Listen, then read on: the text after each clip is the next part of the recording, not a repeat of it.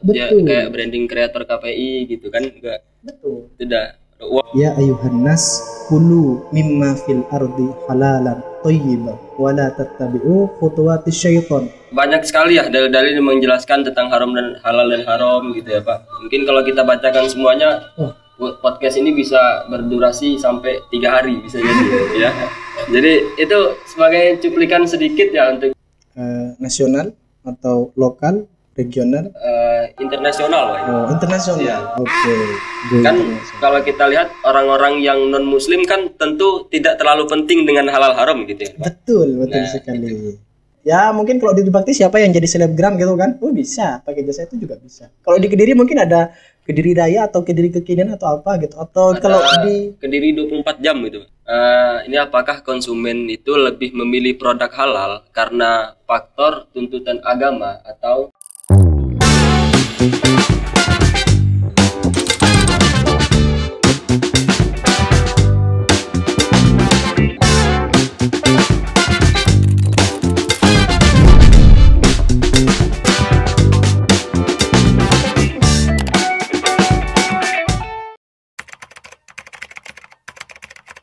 Assalamualaikum warahmatullahi wabarakatuh. Selamat pagi, selamat siang, dan selamat malam kapanpun dan dimanapun teman-teman sekalian berada. Kembali lagi bersama kami di Podcast Kreator KPI. Podcast yang senantiasa memberikan informasi-informasi penting kepada teman-teman sekalian. Juga pengetahuan dan ilmu-ilmu yang bermanfaat yang akan kami berikan kepada teman-teman sekalian. Ya. Di podcast kali ini kita akan membahas suatu topik yang sangat penting ya kami rasa, yaitu tentang pengembangan produk halal. Nah, baik teman-teman, sebelum kita lanjut ke berikutnya, ada baiknya untuk teman-teman itu like, subscribe, dan juga komen di channel kami. Dan jangan lupa untuk di-share video-videonya supaya teman-teman yang lain juga mendapatkan informasi yang penting, pengetahuan dan ilmu-ilmu yang bermanfaat lainnya. Nah, industri halal semakin berkembang pesat tidak hanya di global.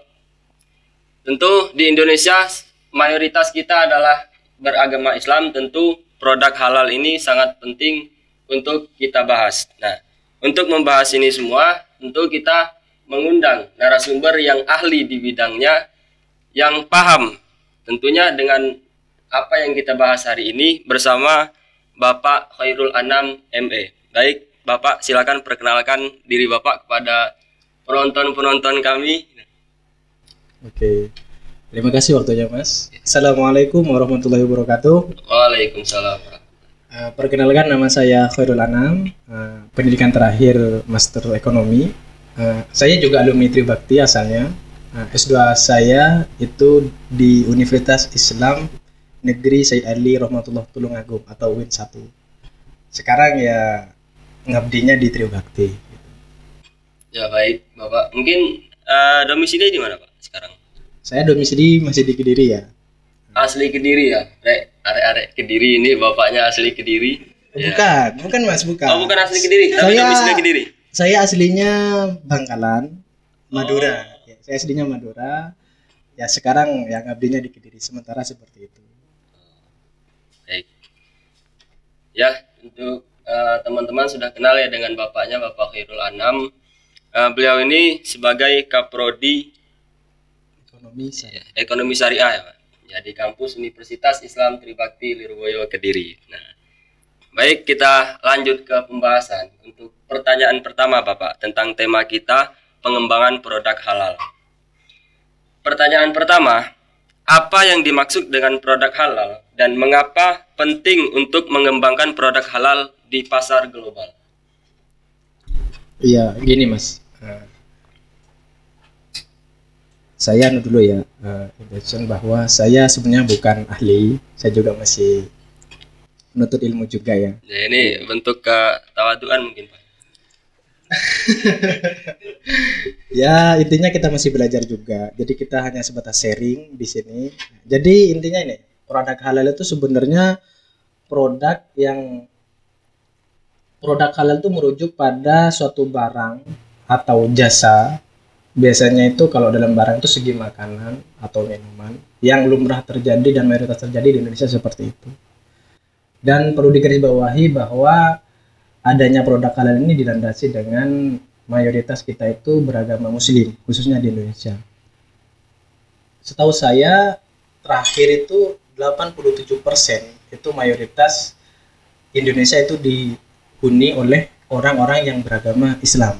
Jadi kan mayoritas hampir dari 100%-nya yakni 87%. Maka dari itu kan pemerintah juga mempunyai wewenang untuk melabelkan bahwa konsumsi masyarakat itu juga harus sesuai dengan syariat yang mayoritas dianut oleh masyarakat Indonesia itu sendiri. Kalau untuk pentingnya pengembangan produk halal di pasar global, juga sampai perlu ketahui bahwa masyarakat Indonesia itu nggak hanya tersebar di Indonesia saja, juga tersebar ada yang di Cina, Thailand, Malaysia, atau yang lainnya. Kan perlu untuk ini ya, meningkatkan dan membangun kepercayaan atas produk itu sendiri. Simpelnya tuh seperti ini. Kita agama Islam, sedangkan produk yang kita makan itu belum tentu kehalalannya bisa terindikasi oleh tanda kutip babi ataupun anjing, maaf. Itu kan malah akan menurunkan tingkat kepercayaan produk tersebut bagi orang-orang yang beragama Islam. Oke, baik Bapak. Ya, jadi untuk pentingnya produk halal tadi untuk pengembangan di pasar global, karena masyarakat Indonesia yang mayoritas itu beragama Islam bukan hanya berada di Indonesia saja ya Pak. Mereka juga tersebar di negara-negara lain yang mungkin di negara-negara yang mayoritasnya itu bukan Islam gitu. Nah, jadi perlu untuk kita mengembangkan produk-produk halal ini di pasar-pasar global. Nah, untuk pertanyaan kedua, bagaimana sih standar produk halal dan siapa yang bertanggung jawab untuk pengawasan produk halal tersebut? Ya. Sebelum kita melanjut ke situ, perlu kita ketahui bahwa adanya produk halal ini kan berlandaskan dari ajaran Al-Quran dan hadis dulu Mas. Kita kembali seperti itu. Landasan agama Islam itu kan ada 4. Al-Quran, hadis, ijma, dan qiyas. Salah satu yang melandasinya ini Al-Quran. Itu tersurat dalam Quran Al-Baqarah ayat 168 yang berbunyi A'udzubillahi minasyaitonirrajim. Ya ayuhan nas kulu mimma fil ardi halalan thayyiban wa la tattabi'u khutuwatis syaitan innahu lakum aduwwum mubin. Jadi Allah itu berfirman, hai manusia, makanlah sesuatu yang halal. Maksudnya makanan ya, makanan yang halal, baik yang terdapat di bumi. Wala tattabi'u khutuwatis syaitan, dan janganlah kamu mengikuti langkah-langkah syaitan. Sesungguhnya setan itu adalah musuh yang nyata bagimu. Itu baru ayat pertama. Dilanjutkan kembali ke ayat selanjutnya, Al-Baqarah juga 172 yang berbunyi ya ayyuhalladzina amanu kulu min thayyibati ma razaqnakum washkuru lillahi in kuntum iyyahu ta'budun. Makanlah di mana di antara rezeki yang baik dari kami dan berikan kepadamu dan bersyukurlah kepada Allah. Cuman perlu lagi ya. Ini berangkat dari Al-Qur'an juga, dan di dalam Al-Maidah pun juga disebutkan wa kulu mimma razaqakumullahu halalan thayyiba wattaqullaha alladzi antum bihi mu'minun. Tapi terlepas dari ayat-ayat tersebut, di dalam hadis pun juga disebutkan Mas bahwa Nabi itu pernah bersabda seperti ini. Innal halala bayyinun wal harama bayyinun. Innal halala bayyinun wa innal harama bayyinun wa bainahuma umurun mutasyabihat. Al-hadis atau kama qol. Jadi kan dijelaskan bahwa yang halal itu jelas, yang haram itu jelas, dan yang 50-50 di antara keduanya yaitu syubhat. Betul. Lah, tendensi orang Islam kan ya ikut syariat, bahwa ketika yang halal ya berarti layak dikonsumsi, begitupun sebaliknya, yang haram juga berarti tidak layak untuk dikonsumsi dalam konteks syariat. Untuk yang pertanyaan tadi apa Mas maksudnya? bagaimana standar halal ditetapkan betul, dan betul. siapa yang bertanggung jawab untuk mengawasi produk halal tersebut. Betul. Jadi gini ya, untuk kehalalan produk itu ya, sebenarnya kan kehalalan produk itu kalau dalam segi kan ada di bawah naungan MUI pertama, terus ada BP, Badan Jaminan BJP, saya lupa, Badan Penyelenggara Jaminan Produk Halal, BPJPH. Sebenarnya seperti itu. Kalau di kampus kita itu ada sebenarnya, ada yakni namanya Halal Center ya. Ini masuk nggak? Ada Halal Center yang di bawah naungan Bapak Dr. Arwani. Nah, untuk strategi depannya sama proyek depannya itu insya Allah beliau yang lebih tahu ya. Tapi untuk di Tribakti sendiri itu ada Halal Center. Kalau di kampus kita itu ada Halal Center. Terus untuk masalah nanti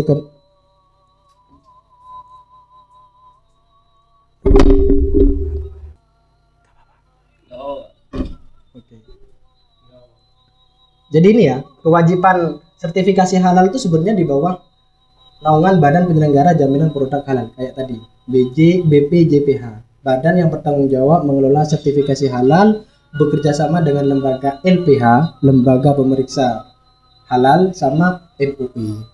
Jadi tetap secara struktural dia tetap nyambung ke pemerintahan dan di bawah naungan MUI seperti itu. Ya baik Bugi, ya, yang bertanggung jawab nanti untuk standar halal itu berarti yang pertama itu ada MUI, yang kedua tadi ada BPJPH. Nah, sama LPH, lembaga pemeriksa halal. Iya, sama LPH. Nah, jadi untuk kampus kita sendiri juga punya tadi Pak. Halal Center. Halal Center. Ya, Tribakti itu apa sih nggak punya Tribakti itu ya? Ada, LSP juga ada di sini. LSP juga ada. Ya, tadi untuk sebelum kita tadi juga ada tentunya halal haram itu juga merupakan syariat dalam agama Islam sendiri ya, dari beberapa dalil-dalil yang sudah dibacakan bapaknya, saya nggak hafal. Ya, tentu banyak sekali ya dalil-dalil yang menjelaskan tentang haram dan halal dan haram gitu ya Pak. Mungkin kalau kita bacakan semuanya, podcast ini bisa berdurasi sampai 3 hari bisa jadi ya. Jadi itu sebagai cuplikan sedikit ya untuk kita bacakan untuk kita umat Islam juga. Kita itu berlandasan sama Al-Quran, hadis, ijma dan juga qiyas. Baik. Ini belum ijma sama qiyas ya? Ya, itu masih Al-Quran sama hadis satu tadi, yang inal halal bainun. Wal haram ya. Belum lagi nanti dari kitab-kitab sore dari keunggulan kita kan pondok pesantren kan? Iya, Pak. Belum dari kitab-kitab klasik. Masih banyak. Ya. Masih banyak teman-teman.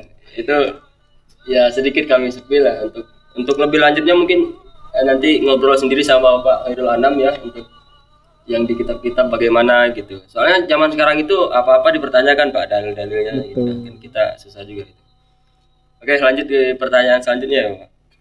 Apa perbedaan antara produk halal dan produk non halal dalam konteks proses produksi dan bahan-bahan yang diperoleh? Betul. Jadi gini Mas ya.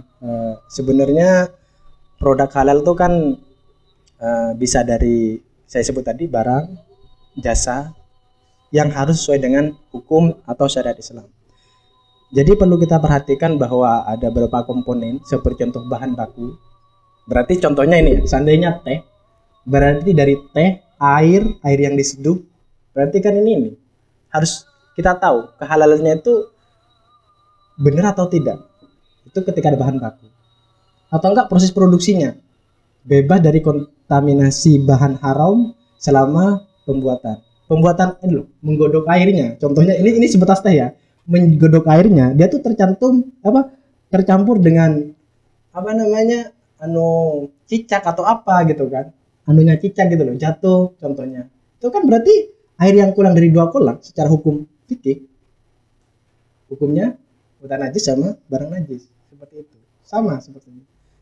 Untuk bahan bakunya itu tidak mengandung unsur haram seperti contoh daging babi, alkohol, atau bahan yang berasal dari binatang yang tidak disembelih secara syar'i. Jadi sebenarnya ini ya, runtutan untuk bahan baku itu sebenarnya banyak. Seandainya kita ayam lah, contoh ayam geprek, kita mau sertifikasi halal, kita juga harus tahu proses penyembelihannya itu gimana. Hulkum sama maritnya terpotong atau tidak. Itu tanda tanya. Itu perlu kita pastikan. Sebegitu rumitnya. Sebenarnya seperti itu. Tapi kan tetap kita tenang saja, tetap ada lembaga yang mengenai hal tersebut. Mulai dari ayamnya, proses pemotongan ayam bahan bakunya itu, dia tuh sesuai atau tidak secara syariat Islam. Itu perlu kita kaji kembali. Atau enggak proses produksinya. Waktu mau gorengnya minyaknya tercampur dengan barang najis atau enggak. Nah, itu kan juga perlu. Berarti sangat banyak ya Pak. Prosesnya sebenarnya banyak. Perbedaan antara produk halal dan non halal itu bisa dilihat dari prosesnya, bahan bakunya Betul, gitu. betul. Bisa dari pengempasan sama penyimpanannya juga perlu, penting juga seperti itu. Maksudnya banyak step by stepnya. Makanya menurut saya pribadi, Tribakti punya Halal Center itu merupakan ini ya, representasi bahwa kampus kita itu akan menuju go nasional dan go internasional. Soalnya apa? Semakin maju terus. Kita pun juga bisa mewadahi masyarakat, undang punya UMKM, punya produk untuk menghalalkan produknya di Tribakti juga bisa gitu. Jadi kan bagaimana kampus ini bisa melayani masyarakat dengan seutuhnya gitu. Dan Tribakti insya Allah menuju seperti itu. Ada LSP juga gitu.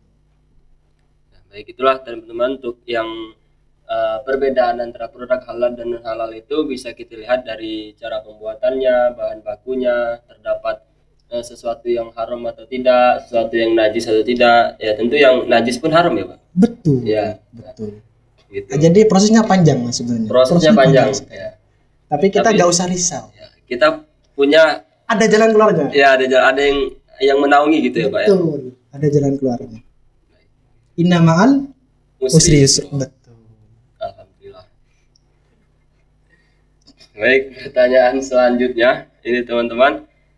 Seiring dengan berkembangnya permintaan akan produk halal dan bagaimana inovasi dalam produk halal dapat menjangkau pasar yang lebih luas. Ini konteksnya nasional atau lokal, regional? Internasional Pak ini. Oh, internasional. Ya. Oke. Gimana tadi? Seiring dengan berkembangnya permintaan akan produk halal, iya, bagaimana inovasi dalam produk halal dapat menjangkau pasar yang lebih luas. Jadi mungkin itu untuk persaingan global ya. Ya, kita produk halal bisa masuk. Kan kalau kita lihat orang-orang yang non muslim kan tentu tidak terlalu penting dengan halal haram gitu ya. Betul sekali. Gitu. Betul. Jadi sebenarnya ini ya, kalau untuk ibaratnya itu kan bagaimana strategi pemasaran dari produk branding produk halal tersebut kan. Yang pertama yakni strategi pemasaran itu banyak ya. Strategi pemasaran produk tersebut itu banyak. Yang pertama kita sekarang kan lagi sebenarnya kita tergantung isu ya. Kemarin ketika teman-teman mungkin ini ya pernah lihat, saya tuh pernah baca di YouTube Short kalau nggak salah, pernah lihat itu ada proses pembuatan bata yang waktu itu dikomen oleh netizen kita, tanda kutip, dia tuh menanyakan proses pembuatan bata kan kadang kan emang nggak terbuat dari unsur-unsur yang nyel suci kan. Misalnya kan ada mungkin tercampur sama teletong atau apa gitulah ya. Kan tanah kan betul dari tanah atau apa gitu kan ya. Itu kan netizen itu berkomentar tuh seperti ini. Nah ini gimana kok bisa ini prosesnya nggak halal? Padahal perlu sampean tegaskan kembali bahwa produk halal itu adalah produk makanan, minuman, sama fashion atau lain-lainnya. Bukan di bidang itu. Itu kan menandakan bahwa pemahaman masyarakat kita masih kurang. Itu tugas kita sebenarnya sebagai untuk mengingatkan masyarakat kita untuk SDM kita tuh naik gitu loh. Sama seperti itu sebenarnya. Nah ini kan tanda bagaimana pemasaran kita untuk mensosialisasikan produk halal tersebut kepada masyarakat luas. Gak usah jauh-jauh. Pertama mungkin dari tingkat lokal, regional, nasional, terus ke internasional, bertahap semuanya. Kalau untuk yang strategi pemasaran ini bisa, kalau untuk saat ini ya, banyak tren-tren yang terjadi, bisa kita pakai digital marketing, pakai influencer, ya. Contohnya, ya mungkin kalau di Tribakti siapa yang jadi selebgram gitu kan? Oh bisa, pakai jasa itu juga bisa. Kalau di Kediri mungkin ada Kediri Raya atau Kediri Kekinian atau apa gitu. Atau ada kalau di Kediri 24 jam gitu. Iya. Ya. Kalau di kampus kan apa ya? UIN Lirboyo kekinian atau apa gitu. Iya. Ya itu kan Iya. brand image mahasiswa kita gitu loh. Iya. Gak masalah, itu bagus sebenarnya. Branding. Jadi kita itu membangun tuh dari branding. Ketika branding udah kuat, strategi marketing kita pun juga harus kuat. Brandingnya kuat ya, Betul. kayak branding kreator KPI gitu kan, enggak Betul. itu udah wow banget itu Pak. Contoh simpelnya nih ya, masa mahasiswa kita, mahasiswa di UIN Lirboyo itu kan mayoritas atau bisa kita bisa kita garis bawahi pasti bisa baca kitab. Itu kan Insya branding. Allah 90% Pak. Itu branding kita itu. Branding kita. Dan belum tentu kampus lain punya. Itu loh kehebatan Universitas Islam Tribakti Lirboyo Kediri. Salah satunya itu. Jadi pentingnya suatu branding gitu ya Pak ya. Betul. Jadi mulai dari strategi pemasaran, branding, motivasi konsumen dan lain-lain. Banyak ya, ketika kita mau internasional, yang paling penting dalam bisnis atau dalam membangun relasi itu adalah membangun relasi pertama, kerjasama dengan pihak yang di sana atau pihak masalah. Setiap negara tuh ada ya lembaga yang apa? Yang menaungi sertifikat halal itu ada. Kalau di Malaysia itu apa? Kalau nggak salah sih Jakim kalau nggak salah. Si Jadi Jakim tuh nanti kan bisa juga dari MUI sini atau BPJPH atau Halal Center atau lembaga sertifikat halal LPH itu juga bisa kerjasama dengan Jakim ketika udah tarafnya mau internasional. Seperti itu. Baik Pak. Untuk pertanyaan selanjutnya, ini apakah konsumen itu lebih memilih produk halal karena faktor tuntutan agama atau juga ada pendukung untuk kesehatan dan keberlanjutan? Betul. Ini udah berapa menit? Ini kita santai nih. Oh, Pak. santai, Iya. aman. Sampai 2 hari pun jalan gitu. Oke, siap. Jadi gini Mas ya. Alasan kenapa produk halal itu menjadi industri yang lumayan ya. Maksudnya menurut saya itu gini. Khususnya di Indonesia, selain kita mayoritas muslim, itu adalah faktor terkuat. Jadi bisa dikatakan itu menjadi faktor terkuat kita untuk melakukan inovasi dalam produk halal. Salah satunya adalah mungkin masalah agama ya. Bisa yang kedua tadi bisa masalah kesehatan. Soalnya kan ketika terkandung daging babi, atau daging yang lain yang terindikasi bahwa katanya, saya bukan seorang dokter jadi belum bisa validasi, itu mengandung cacing pita dan itu berpengaruh kepada kesehatan kita. Itu kan ya berpengaruh juga gitu. Dari faktor kesehatan, agama, dan negara pun, agama sama negara pun di Indonesia kan juga relate. Iya. Didukung, agama Islam pun didukung ataupun agama yang lain pun juga didukung sebenarnya. Sama. Ini kan yang asalnya dari MUI itu kan disahkan oleh pemerintah juga. Jadi kan secara regulasi ya tetap termasuk regulasi pemerintah juga. Ya, salah satunya juga bisa itu. Karena faktor agama itu tadi agama, juga untuk kesehatan juga ya, atau faktor yang lainnya juga ya. Soalnya ya bisa jadi label halal dalam satu produk itu meyakinkan seseorang bahwa dia tuh udah melewati proses yang panjang, sebegitu rumit dan dijamin kebaikan, kemurnian dan atau yang lainnya, kenyamanan praktis atau ilahi. Ya, tentu juga kita itu merasa kalau produknya halal tentu pembuatannya juga bagus gitu. Betul. Simpelnya seperti contoh gini. Kita coba lihat ketika suatu merek itu udah brandingnya kuat. Simpelnya Hermes, ngerti tas Hermes? Walaupun secara biaya produksi dia cuma 10 juta, dia bisa terjual ratusan juta. Berarti kan udah branding Hermes. Ya dong. Sama seperti produk halal. Produk halal ketika produk halalnya udah kuat, semua produk yang terbranding sama produk halal, dia tuh pasti lebih terserap masyarakat daripada produk yang tanpa produk halal. Yang masih remang-remang gitu. Betul sekali. Yang masih kalau bahasanya itu masih subhat, nggak tahu halal, nggak tahu haramnya. Betul. Ya, mungkin lebih baik untuk kita itu memilih yang udah jelas-jelas aja gitu, udah jelas halal gitu, terverifikasi halal gitu. Apalagi di dunia internasional, di negara-negara yang seperti itu Korea atau Amerika itu kan makin banyak orang yang masuk Islam. Jadi kan itu kan peluang kita sebenarnya, peluang produk halal untuk sertifikasi seperti itu, baik di nasional maupun internasional. Ya, mungkin dari penjelasan Bapak tadi mungkin bisa kami cukupkan ya Pak. Mohon maaf ini karena waktunya terbatas. Sebenarnya kami juga ingin lebih berlama-lama untuk berbagi informasi, berbagi ilmu dengan teman-teman bersama Bapak Khairul Anam. Cuman tunggu kami atau nantikan kami di episode selanjutnya ya, karena kita waktu juga terbatas ini Bapak ya. Dan juga sebenarnya kampus kita itu juga lagi ada masa penerimaan mahasiswa baru. Nah, jadi untuk teman-teman dimanapun kalian berada, ya entah itu di dalam kota Kediri ataupun di luar kota, bahkan di luar pulau, ya saya dari Sumatera, jauh-jauh ke Kediri ini cuman mau ke Tribakti Pak.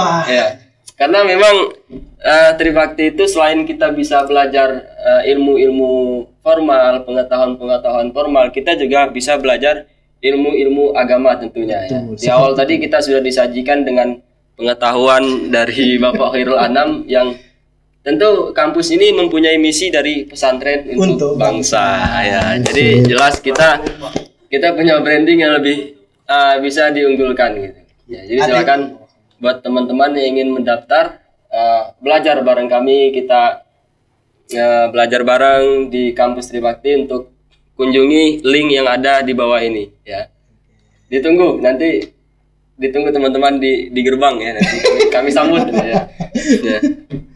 Gitu. Ya, terima kasih Pak untuk waktunya, ilmunya mungkin bisa kita ngobrol di lain kali, di lain waktu, dan semoga apa yang disampaikan Bapak Khairul Anam bisa bermanfaat untuk kita semua dan juga bisa menjadi pengetahuan baru untuk kita dan bisa menjadi acuan ataupun pijakan kita untuk ternyata produk halal itu penting gitu ya. Sekian dari kami, mohon maaf apabila ada kesalahan. Wassalamualaikum warahmatullahi wabarakatuh.